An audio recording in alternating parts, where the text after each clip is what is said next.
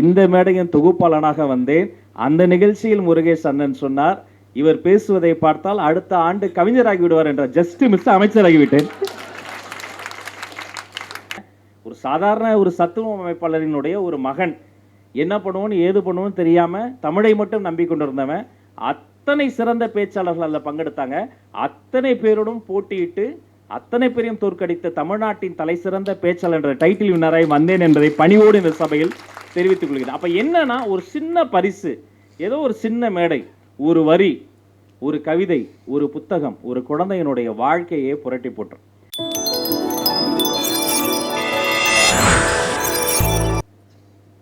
தோழர் பிருந்தா சாரதிக்கு பாச வணக்கம். ருமைசுதீன் ஃபைஜி அவர்களுக்கு அன்பு வணக்கம். சிவகுமார் ஐயா அவர்களுக்கு நான் நயத்தோடு பேசியதால் நாணய வணக்கம். இயக்குனர் ஏஆர் முருகதாஸ் அவர்களுக்கு துப்பாக்கி வெடிக்கும் சத்த வணக்கம். எங்க இயக்குனர் லிங்குசாமி அண்ணன் அவர்களுக்கு ஹைகோ வணக்கம். வேடியப்பன் அவர்களுக்கு தமிழ் வணக்கம். அக்ஷயா அவர்களுக்கு பாச வணக்கம். மேடைக்கு மேலே இருந்து பட்ட பகலிலும் வெளிச்சம் வீசும் எங்க அக்கா வெண்ணிலா அவர்களுக்கு வெளிச்ச வணக்கம். அவங்கள மேல அமர வைத்து முழு நிகழ்ச்சியும் நின்று கொண்டே ரசிக்கும் முருகேசனுக்கு காதல் வணக்கம். எங்களையெல்லாம் மேடைக்கு மேல அமர வைத்து விட்டு அழகு பார்க்கக்கூடிய எங்கள் குடும்பத்தை சார்ந்த வீரபாண்டியன், அலி ஃபாத்திமா, கிருஷ்ணன், முருகேஷ், ரவி சுப்பிரமணியன், ஆதிரா முல்லை, மஞ்சுளா, புனித ஜோதி தோழர், ராமகுரு, யூனிவர்சல் ஷாஜஹான், இன்னும் இந்த பட்டியலில் பெயர் குறிப்பிட மறந்த அத்தனை கவிதை ரசிகர்களுக்கும் ஒரு கவிதை ரசிகனின் வணக்கத்தை சொல்லி, நான் அமைச்சராலாம் இங்கே வரல. 5 ஆண்டுகளுக்கு முன்பு அங்கே நின்று அவுட்ஸ்டாண்டிங் ஸ்டூடெண்ட்டாக பார்வையாளராக வந்தேன். 4 ஆண்டுகளுக்கு முன்பு நடுவில் இடம் கிடைத்த ஒரு வாசகனாக வந்தேன். 3 ஆண்டுகளுக்கு முன்பு உங்களுக்கு கொஞ்சம் தெரிய ஆரம்பித்த ஒரு ஊடகவியலாளராக வந்தேன். 2 ஆண்டுகள் முன்பு இந்த மேடையின் தொகுப்பாளனாக வந்தேன். அந்த நிகழ்ச்சியில் முருகேஷ் அண்ணன் சொன்னார், இவர் பேசுவதை பார்த்தால் அடுத்த ஆண்டு கவிஞராகி விடுவார் என்ற ஜஸ்ட் மிஸ் அமைச்சராகிவிட்டேன். யோசிச்சு பார்க்கிற அந்த ஜர்னி, யார் நல்ல கவிஞர்? நல்ல கவிதைகளை எழுதுபவர் மட்டுமல்ல, நல்ல கவிஞர்களை உருவாக்குபவர் தான் சிறந்த கவிஞர். ஐயா அப்துல் ரகுமான் ஆக சிறந்த கவிஞர், தமிழ் இனத்தினுடைய பொக்கிஷம். அவர் மறையல. நீங்க பேசுற ஒவ்வொருத்தருடைய பேச்சிலையும் அப்படியே அவர் நிழல் வருது. நீங்க ஒரு வரி சொல்லும்போது, ஒரு சொல் சொல்லும்போது டக்குன்னு அந்த ஒயிட் அண்ட் ஒயிட்ல அந்த ஒரு வெளிச்சமா கண்ணாடி குடுவைக்குள்ள ஒரு பார்வை வருமே, அது வருது. யாரோ ஒருத்தர் ஒரு நல்ல கவிதையை சொல்லி ரசிக்கும் போது கீழே இருந்து அருமை, சூப்பர் அப்படின்னு ஒன்று வருதுல்ல, அந்த ரசனைக்குள்ளால அவரினுடைய அந்த எழுத்தில் இருக்கிற காத்திரமும் மென்மையும் ஒன்றாக இருக்கக்கூடிய அந்த ரசவாதம் வருது. இந்த அரங்கம் அப்துல் ரகுமான் ஐயா அவர்களின் பேரில் ஒரு கவிதை தலைமுறையை பிரசவம் பார்த்திருக்கிற அரங்கம். இந்த தலை பிரசவம் முடித்த அத்தனை கவிஞர்களுக்கும் ஒரு அரங்கம் நிறைந்த கைத்தட்டலை நம்ம தரணும். பாராட்டுக்கள்.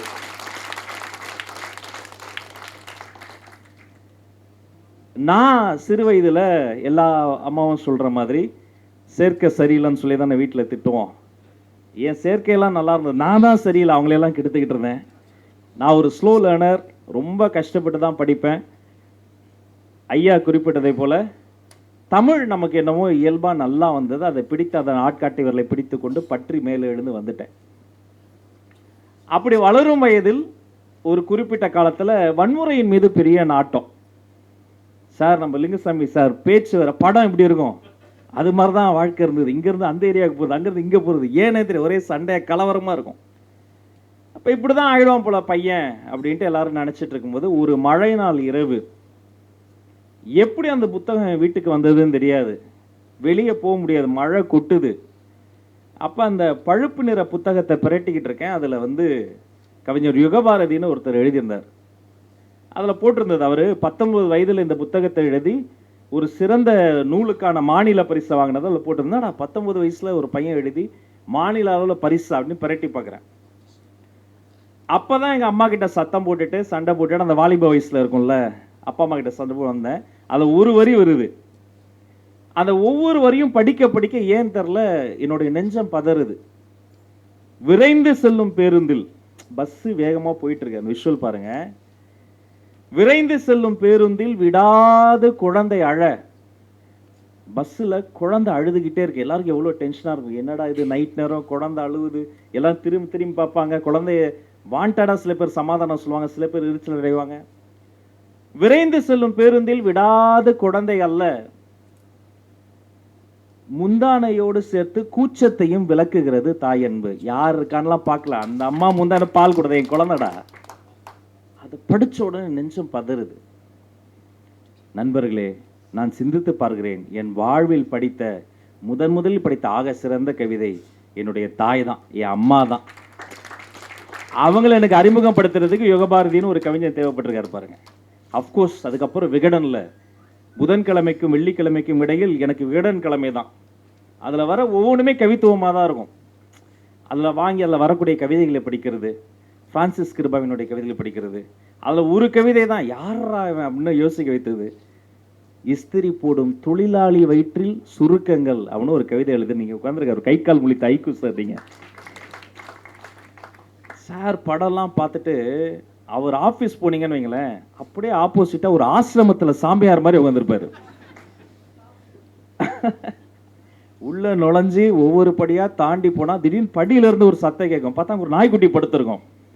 எல்லாரும் சொல்லுவோம் ஒன்றும் பண்ணாது, டைரக்டருடைய ஃப்ரெண்டு தான், மேலே வாங்க. நான் கூட பெருமை நினச்சேன், நம்மளையெல்லாம் டைரக்டர் ஃப்ரெண்டாக வச்சிரு. அப்புறம் பார்த்தா ஒரு நாய்க்குட்டியை கூட இந்த மனுஷன் ஃப்ரெண்டு பிடிச்சி வச்சிருக்காரு. மேலே போனோன்னே அவ்வளோ அமைதியான அசிஸ்டன்ட் டைரக்டர்ஸை எங்கேயுமே பார்க்க முடியாது. அளந்து தான் நடப்பாங்க. வாங்க உட்காருங்க, சார் வர சொல்லியிருந்தாரு. அவர் சொன்னாதானப்பா நான் வருவேன்.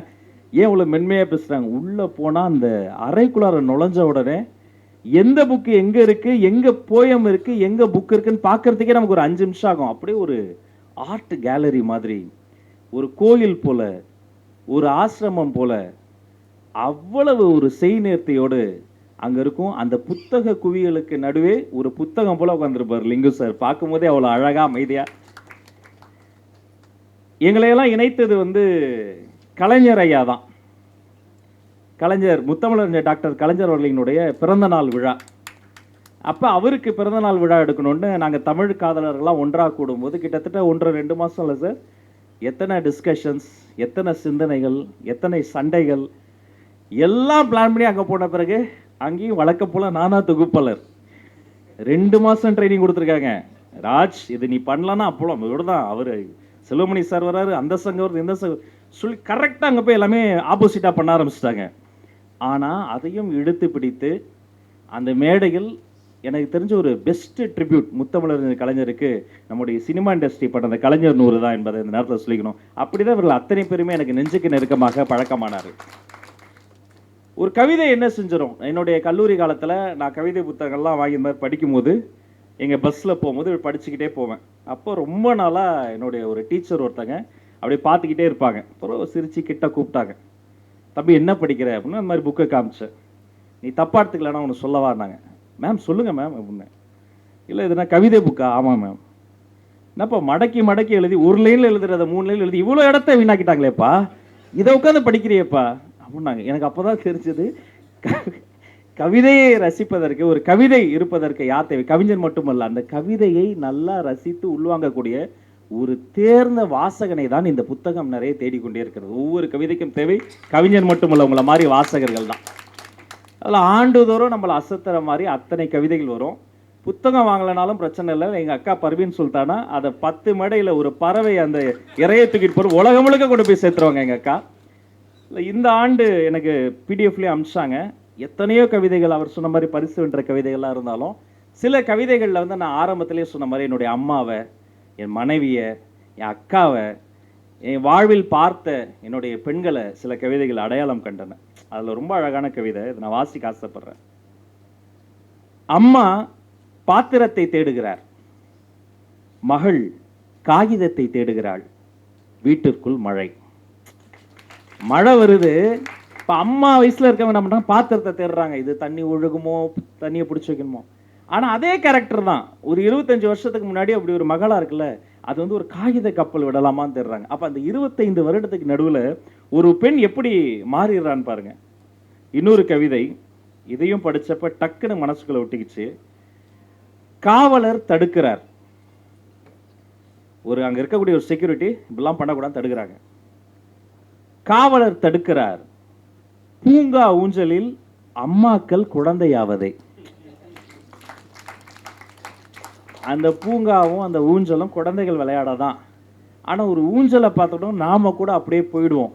ஆனா ஒரு பெண் அந்த ஒரு ஊஞ்சலை பார்த்தோம் தான் அம்மாங்கிறத மறந்து, தான் டீச்சருங்கிறத மறந்து, தனக்கு இத்தனை வயதானதை மறந்து, அந்த ஊஞ்சலில் உட்காந்து ஒரு மெல்லிய சிரிப்போடு முன்னேற்றி வேர்வை மறைய அப்படியே அதில் ஆடுகிற பொழுது அந்த ஒரு தாய் அப்படியே குழந்தையாரா பாருங்க. அதை போய் ஏன்டா தடுக்கிற அப்படின்னு சொல்றதுக்கு ஒரு கவிஞன் வேணும் சார்.